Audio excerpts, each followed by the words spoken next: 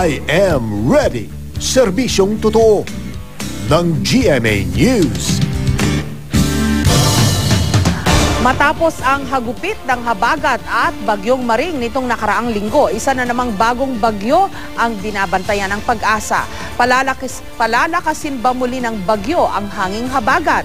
Alamin natin mula sa ating resident GMA meteorologist na si Nathaniel Cruz. Mang Tani.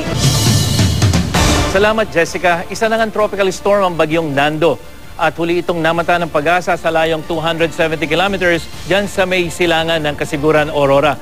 At taglay nito ang lakas ng hangin na umaabot sa 65 kilometers per hour near the center at bugsong 80 kilometers per hour. Kumikilos ito pahilag ang kanluran sa bilis na 15 kilometers per hour. At nakataas pa rin ang storm signal number 1 dyan sa Batanes Group of Islands, Cagayan, kasama ang Calayan at Babuyan Group of Islands, gayon din sa Apayao at Isabela. At sa storm track ng ahensya, hindi inaasahang magla-landfall ang bagyo at sa araw ng Huwebes ito inaasahang lalabas ng Philippine Area of Responsibility. Pero sa ipinapakita ng storm track ng Weather Central, dahil sa track ito, posibleng tumama ang sentro ng bagyo dito sa isla ng Batanes dahil kasama ito dito sa tinatawag nating cone of uncertainty. Kaya asahan na po ang malakas na ulan at mga bugso ng hangin sa mga lugar na mayroong public storm warning signal. Apektado naman ang hanging habagat na hinahatak ng bagyo ang Bicol Region, Mimaropa at ang probinsya ng Aurora. Samantala sa datos ng Weather Central, magiging maulap at maulan sa malaking bahagi ng Luzon bukas. Pero mas dama ang epekto ng bagyong Nando at ng hanging habagat dyan sa Northern at Central Luzon. May hina hanggang katamtaman na pag-ulan naman ang inaasahan dito sa Metro Manila bukas at posible rin na may mabuong thunderstorm dahil sa hanging habagat, lalong-lalo pagdating ng hapon hanggang sa gabi.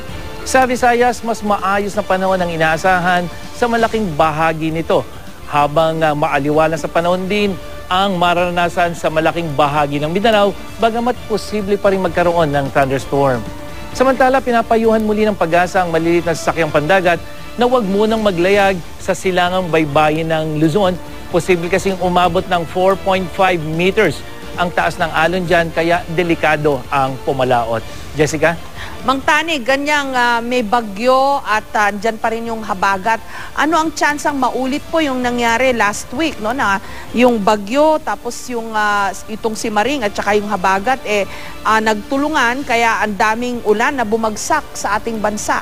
Yes, Jessica. Yung posisyon na ito ni Nando ay palalakasin niyan yung hanging habagat. Pero meron tayong nakikita na isa pang weather system. Ito ay isang low pressure area na nandito sa may West Philippine Sea. At malaki ang role na gagampanan itong low pressure area sa may West Philippine Sea dahil imbis na tuloy-tuloy na pumunta yung hanging habagat dito sa sentro nitong bagyong si Nando, madadivert siya at yung iba ay pupunta rito. So yung moisture at saka yung hangin na imbis na dadaan dito, direktang tatama sa Luzon, bahagyang mababawasan yan. So, mayroong paglakas ng hanging habagat, pero magiging hindi katulad nung hagupit ng habagat na naranasan natin dulot ng bagyong si Maring. Pero may mga pagulan, lalong-lalo na dito sa Northern Luzon, kasama yung Metro Manila, pero yung tindi nun at lakas, hindi na natin maihahalin tulad doon sa pagdaan ng bagyong si Maring. Oh, so 3 is better than 2 pala, Mang Tani, no? Pag dalawa, medyo bad news yon. Pero kung may pangontrang isa pang weather system dito sa Western Luzon, nakakatulong yon para hindi gaanong malakas yung tama sa atin. Tama yan, Jessica. Kaya nga yung nakikita natin ito, nung nawala na yung bagyo, na lumayo na at nawala na rin yung LPA, meron pa rin habagat, pero yun nga, hindi na masyadong may daladalang mga pagulan. Pero paalala po uli natin doon sa mga binahang lugar, dahil basa yung lupa, may mga pagbaha, kaya kumisan, kahit hindi malalakas sa pagulan, pwede uling makarana sila ng mga pagbaha. Maraming salamat po, Mang Tani. Si Nathaniel Cruz, ang resident meteorologist ng GMA. Pang weather update, bumisita sa gmanews.tv o ang Facebook page ng GMA Weather. At yan ang latest mula sa GMA Weather. Ako po si Nathaniel Cruz para sa I Am Ready, serbisyong totoo ng GMA News.